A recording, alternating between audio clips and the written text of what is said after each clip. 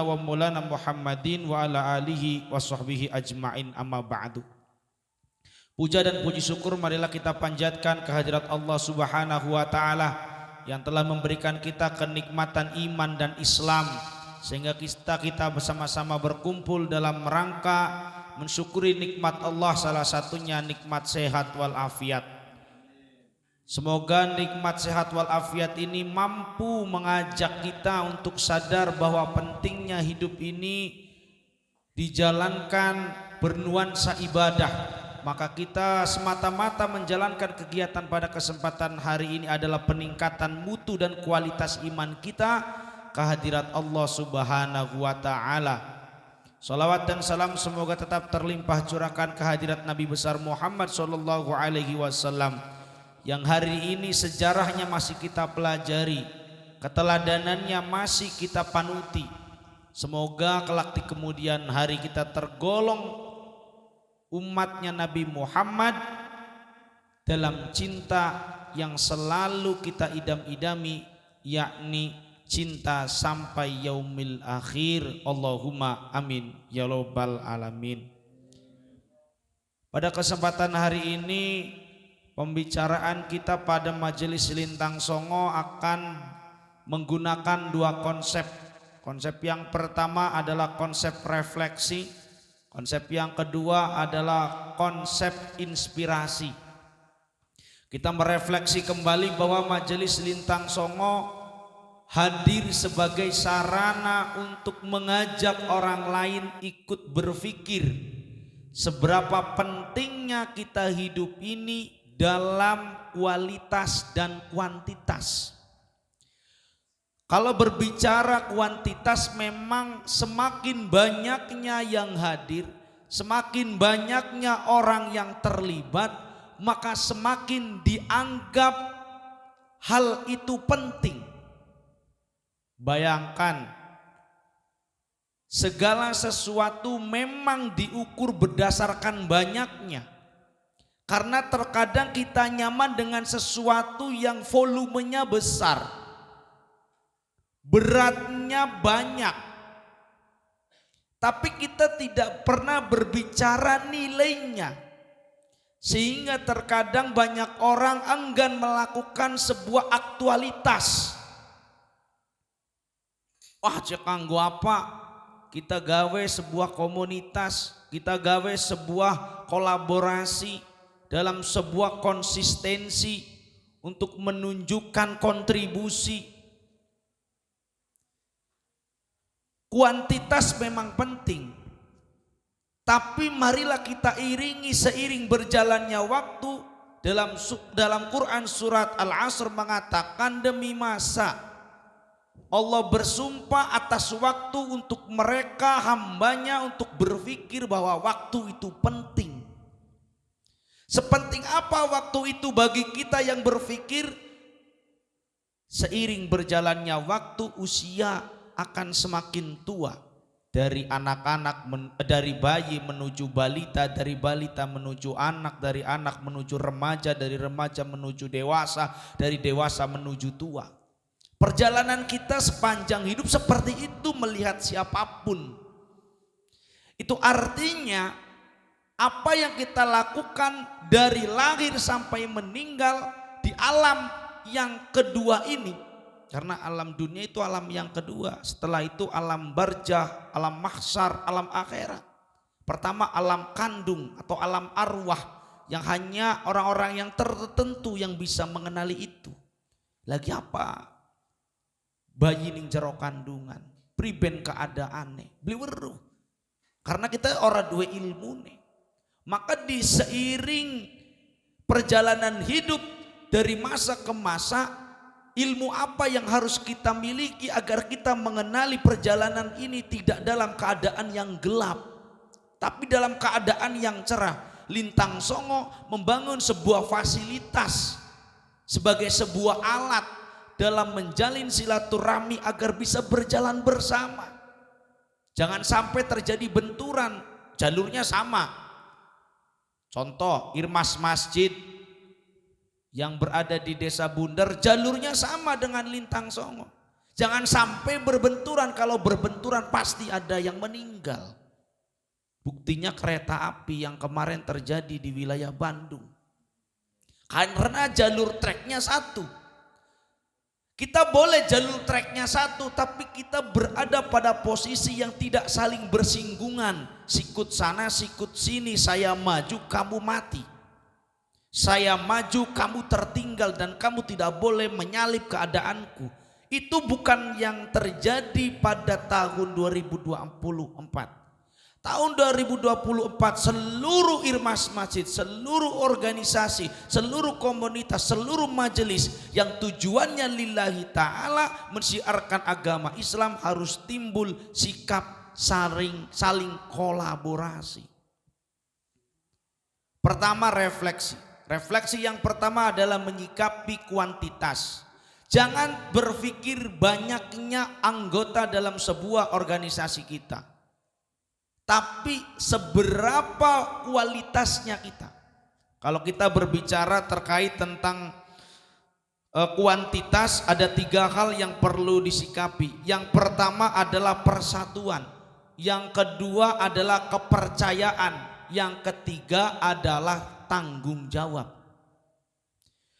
Kuantitas akan semakin baik jika salah satu di antara anggota tersebut dan mungkin semuanya menumbuhkan sikap saling percaya. Percaya kita mabari kuan, tapi dudu artinya percaya kuan sok sira kabeh. Dudu. Tapi kepercayaan itu adalah menumbuhkan pada posisinya masing-masing. Kamu di son kalau di dalam kegiatan semacam ini, kamu di hadro, musik hadro, kamu di vokal, kamu di pendengar, penyimak, pengkoreksi. Bagaimana keadaan kita semacam ini? Saya percaya di posisi kita masing-masing. Imam ya imam, makmum ya makmum, muazin ya muazin, khotib ya khotib. Jangan sampai khotib berpikir imam, imam berpikir makmum, makmum berpikir muazin, maka keadaannya saling mengkoreksi.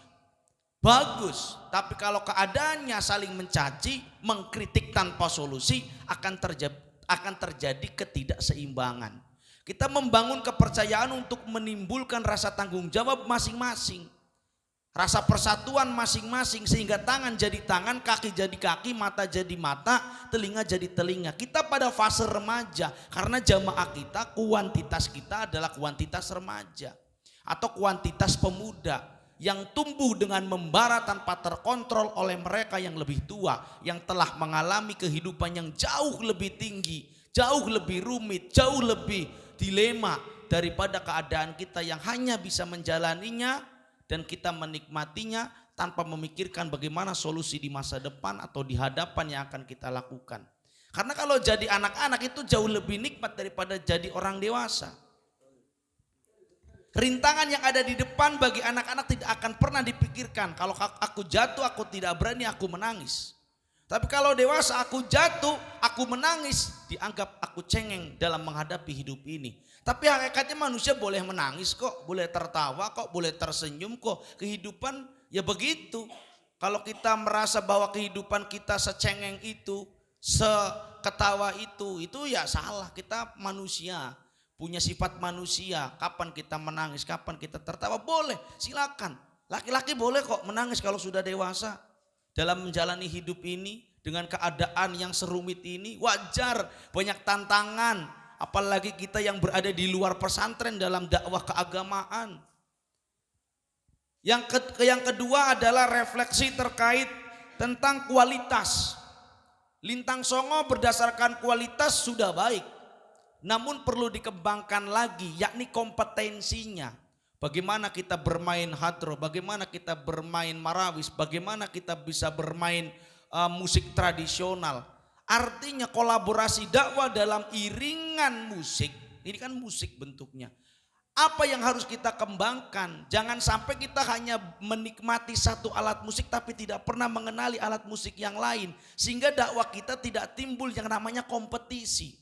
Kita mengikuti kegiatan-kegiatan semacam festival hadroh, itu pada hakikatnya adalah melihat bagaimana variasi-variasi mereka dalam mengembangkan sebuah dakwah. Mereka memiliki ciri khas masing-masing, dari Sunan Ampel sampai ke Syarif Hidayatullah itu punya ciri khas dakwah masing-masing. Mereka pada posisinya masing-masing mengambil peran dalam bagaimana berkehidupan di masyarakat luas. Kalau Lintang Songo membangun ciri khas dengan gendangnya, dengan hadrohnya, maka timbulkanlah variasi yang lain kalau memang orang lain sama seperti itu. Misalkan dengan syair lokal konten. Seperti halnya majelis-majelis yang lain yang mensiarkan kembali lagu-lagu dikentongi diadani. Ayun-ayun badan, babadana rancasana aja babad mukti sugi babadaku mujid kelawan zikir nyebut la ilaha illallah. Sebuah syair yang selalu disenandungkan pada waktu subuh. Sumbiri sumbari cang digawe kayak modele Habib Syekh melantunkan padang bulan. Itu kan sebuah lokal konten yang mengangkat sebuah bahasa dari wilayah di mana para pemain, para pendakwah itu berada, mengangkatnya ke ranah nasional atau ke ranah masyarakat yang lebih luas. Nah, itulah yang dibutuhkan dalam merefleksi diri bagaimana Lintang Songo dan majelis yang ada yang menyimak dari jalur offline dan online. Karena kita pada saat ini eksistensi kita dalam ranah kualitas bisa kita populerkan melalui dunia media sosial. Hari ini ada majelis taklim yang populer, namanya Sabilut Taubah.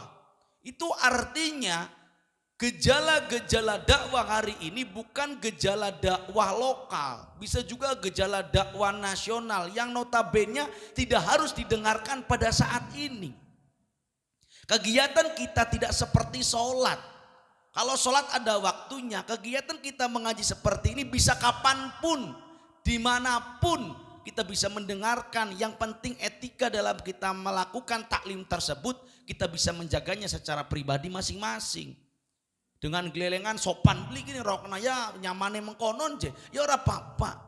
Yang penting ngejaga bagaimana kualitas kita belajar, karena terkadang apa yang kita dapatkan sesuai dengan proses yang kita lakukan.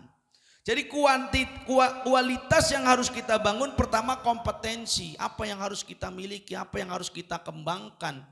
Kalau kita bisa terkenal dengan pemain hadroh, maka kita jadilah pemain hadroh yang berkualitas. Seorang kiper bisa terkenal dengan baiknya dia menjaga gawang. Seorang back atau pengaman dari posisi belakang itu bagaimana dia bisa menghadang para gelandang-gelandang tengah dalam permainan sepak bola. Kita punya hal itu. Wah, majelis Lintang Songo ini bagus di main terumbuknya misalnya, main di sininya kan keren itu. Ada ciri khas tertentu dalam pengembangan hadroh. Jadi kita ini berada pada posisi pengembangan kualitas dalam kompetensi. Kemudian kompetisi, kita saling berkolaborasi dengan teman-teman yang lain sehingga kita timbul motivasi, kesadaran berpikir bahwa saya tidak sendirian seperti ini. Jadi kalau dalam turnamen-turnamen sepak bola bukan persoalan kita menjadi juara, tapi kita mengenal bagaimana teknik permainan-permainan mereka. Kita kenal bagaimana mereka membangun kualitas diri. Kalau kita pernah nonton film kartun Subatsa, itu Subatsa seorang aktor yang tokoh utama dalam permainan tersebut menggambarkan diri untuk melatih diri dengan cara melihat pemain-pemain hebat dari seluruh negara yang ada di wilayah di mana dia bisa belajar. Nah, kita begitu juga sebaiknya, tapi terkadang kita tidak pernah berpikir ke arah sana karena kita hanya bisa menonton tanpa mengambil edukasi di dalamnya. Makanya wajar tontonan jauh lebih menarik daripada tuntunan. Karena tuntunan dianggapnya sebuah hal yang menjemukan. Ngomong apa sih Kang Ahmad li? Ning acara kene serius kita lebih ngerti. Ya mengkonon. Karena sing arane ilmu iku sesuatu yang tidak menyenangkan. Tapi kalau sebuah hiburan, contoh saja sebuah yel-yel dalam memanggil bagaimana bunyi basuri. Semua orang paham, om telolet, apal. Tapi ayo solawat. Aduh, iya aja solawat, reang dudu majelis hadroh, reang dudu majelis taklim, reang dudu santri tadi kan membatasi diri dengan sebuah identitas. Nah, bagaimana ini bisa bermasyarakat sesuai tagline dari Lintang Songo, memasyarakatkan solawat. bahwa sholawat bukan miliknya seorang santri, bukan miliknya seorang yang rajin ke musola saja. Kalau dia beragama Islam dimanapun dia berada, mari kita tebarkan makna sholawat, yakni mempelajari sejarah sirah nabawiyah dari perjalanan Nabi sejak lahir sampai dia meninggal. Kemudian adanya kolaborasi, ini sangat baik sekali. Lintang Songo mengadakan sebuah kolaborasi dengan berbagai macam organisasi yang ada di wilayah Kawedanan Jatibarang seperti Ibnu, seperti Irmas Masjid dan lain sebagainya. Ini patut kita pertahankan karena hal semacam ini adalah dukungan moral. Kalau kita tidak ada dukungan moral, dukungan finansial itu tidak akan terjadi. Karena terkadang ketika terjadinya dukungan moral, akeh wong aja, us gampang kok ningwongkan, masalah duit selesai. Masalah peralatan selesai karena kita punya jejaring. Jadi dukungan moral dengan terjadinya sebuah kolaborasi akan timbul sebuah kontribusi. Kita bisa nih mengkenen, Makanya wajar saja ketika kita memperbanyak jaringan, apa yang kita lakukan semakin besar. Istilah dalam sebuah filosofi melempar batu ke dalam air. Kita akan menggunakan lempar batu fokus pada satu hal, yakni kegiatan semacam ini, tapi kebermanfaatannya seperti ombak yang terjadi dari lemparan batu tersebut. Plung piar. Priben carane mengkonon. Aja sampai kita seperti roda berputar. Sini dhuwur ya ning dhuwur, sini ngesor ya ning ngesor, sing pegel ya pegel, sing enak ya enak. Ya belenakan mengkonon mau ora. Ayo bareng-bareng, ringan sama dijingjing, berat sama dipikul. Maka kita butuh aktualisasi untuk orang lain mengakui keberadaan kita. Yang pertama konsistensi. Lintang Songo setiap minggu mengadakan kegiatan semacam ini, tapi dalam rutinan bulanan mengajak orang lain ikut terlibat agar keberadaannya tersiar, karena yang tersiar bagian dari syiar. Nah, di dalam ketersiaran ini harus timbul yang namanya penasaran, karena sebagian dari pemasaran adalah penasaran. Kalau tidak terjadi sebuah penasaran, tidak terjadi sebuah pemasaran. Kayak pribun sih kuno Lintang Songo. Bagus ya kuno. Jangan ada tanggap nih tempat reang. Artinya anak penasaran. Penasaran itu adalah sesuatu yang unik, yang membuat orang timbul daya tarik. Kalau tidak ada daya tarik hanya sebatas karena tidak ada yang dikenal, uska Lintang Songo bae jelaka maning.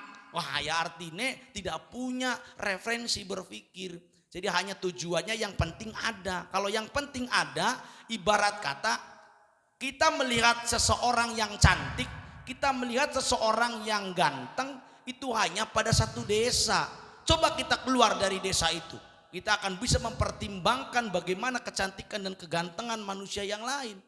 Makanya kalau kita pernah keluar negeri, gantengnya standarnya beda. Kalau kita pernah keluar negeri, cantiknya pun beda standarnya. Kalau kita hadronya masih ruang lingkup Indramayu, siapa yang paling baik di Indramayu kalau kita berbicara eksistensi dan konsistensi?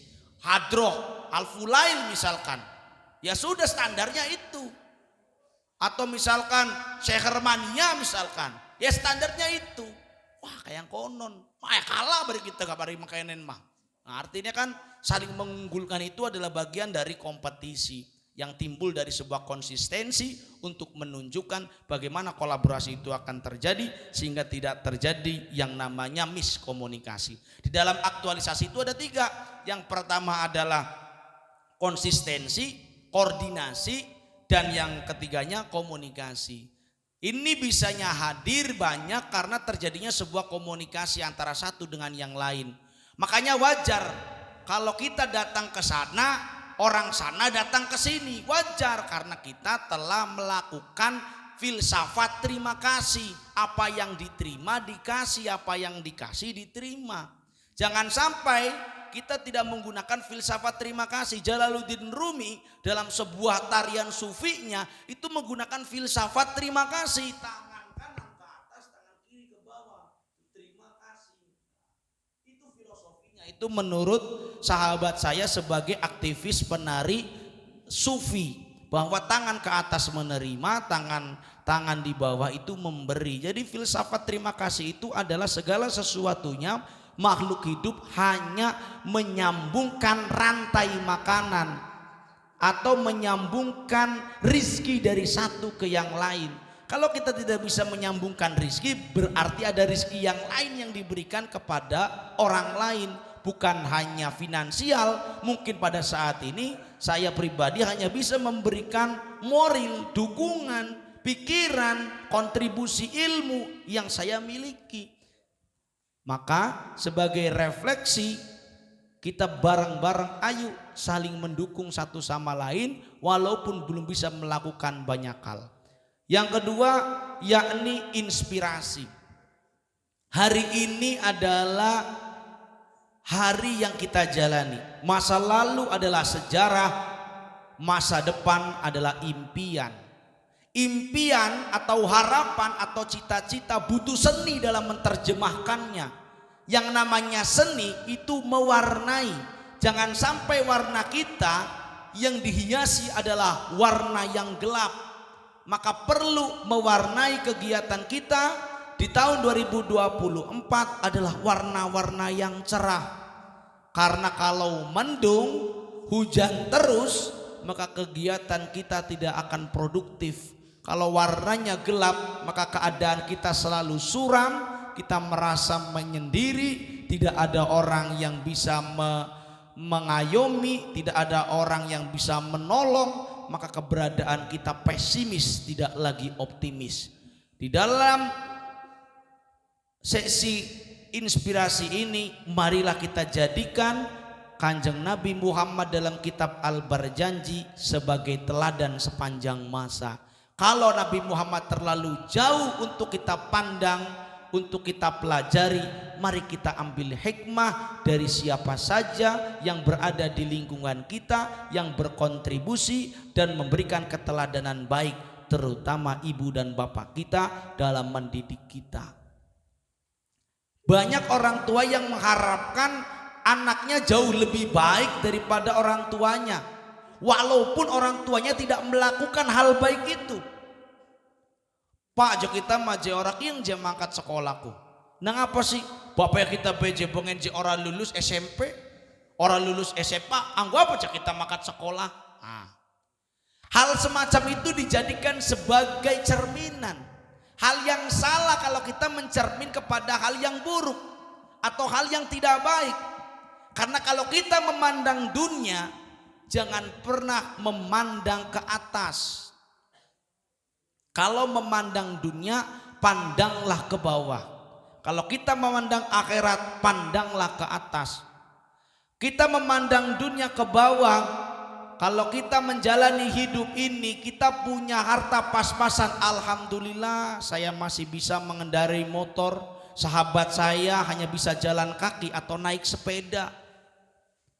Kalau kita memandang akhirat, dau semene kita makin sembayang 5 waktu. Dau bisa gak sholat sunnah rawatib baik, qobliyah ba'diyah, durung duhane, durung tahajud bature kita mapa zikir suwe pisan. Kumandang akhirat sing dhuwur. Hal-hal yang baik memandang ke atas, hal-hal yang buruk memandang ke bawah. Kalau kita memandang ke atas, masa kita sekolah cuma sampai SMA, bature kita kuliah tapi lamun mandange hal buruk, masa jekan sugi kita keje melarat, kita mau pengen nyolong jambar sugi ya aja. Jadi hal yang baik patut kita tiru, hal yang buruk patut kita hindari. Semoga apa yang disampaikan ini menjadi bermanfaat. Mohon maaf apabila ada kata-kata yang salah. Pesan atau bahasanya hal yang perlu diingat pada kesempatan hari ini, bahwa setiap pertemuan menyimpan kenangan. Kenangan itu akan selalu diingat bagi mereka yang menyimpannya. Kalau kita tidak pernah menyimpannya, maka wajar saja kenangan itu bagaikan benda yang terhanyut di sungai. Hilang entah kemana, entah siapa yang menemukannya. Semoga apa yang kita jalani selama ini, apa yang kita lakukan selama ini, pada pertemuan kali ini, hal yang patut kita ingat bersama adalah bagaimana kita selalu menginspirasi orang lain. karena kita tidak mampu menginspirasi diri kita, maka diri kita wajib melakukan hal apa yang terbaik untuk diri kita sendiri sebelum orang lain menjadikan kita sebagai idola mereka atau cerminan dalam kebaikan mereka. Semoga apa yang kita telah maksimalkan sesuai kapabilitas, kapasitas yang kita miliki dengan hal-hal yang terbaik yang kita lakukan, yang selalu kita refresh, yang selalu kita update agar kita tidak gagap teknologi, tidak gagap keagamaan, tidak gagap sosial, tidak gagap akhlak, tidak gagap apalagi keimanan kita. Kita harus tidak gagap dalam segala hal. Kalau kita gagap, tidak lancar, tidak jelas, maka hal-hal yang terjadi di masa depan jangan berharap hasil yang terbaik yang akan kita dapatkan. Semoga kita dapat mensyukuri apa yang kita terima selama ini. Hidup itu jalani saja, jangan terlalu banyak berpikir kalau kita tidak mampu menyelesaikannya. Semoga bermanfaat. Wallahul muwaffiq ila aqwamit thoriq. Assalamualaikum warahmatullahi wabarakatuh.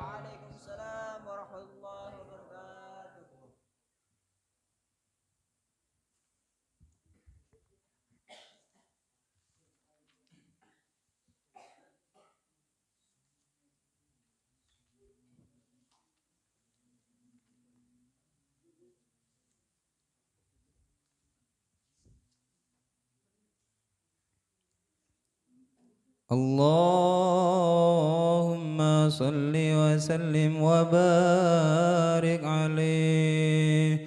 Walamma tamma min hamli syuruni ala masyhuril aqwalil marwiyah tuwfiya bil madinatil munawwarati Abu Abdullah وكان قد اجتاز بأحوال بني عدي من الطائفة النجارية ومكث فيهم شهرا سقيما يعانون سقمه وشكواه ولما تم من حمله على الراجل 9 أشهر قمرية وآن للزمان أنجلي عنه صدى حضر أمه ليلة مولد آسيا ومريم في نسوة من الحظيرة القدسية وأخذها المخاض فولده صلى الله عليه وسلم نورا يتلألأ السنا محل القيام صلى الله على محمد صلى الله عليه وسلم صلى الله على محمد يا ربي صل وسلم صلى الله على محمد صلى الله عليه وسلم صلى الله على محمد يا ربي صل وسلم يا نبي سلام عليك يا رسول سلام عليك يا حبيب سلام عليك صلوات عليك يا نبي سلام عليك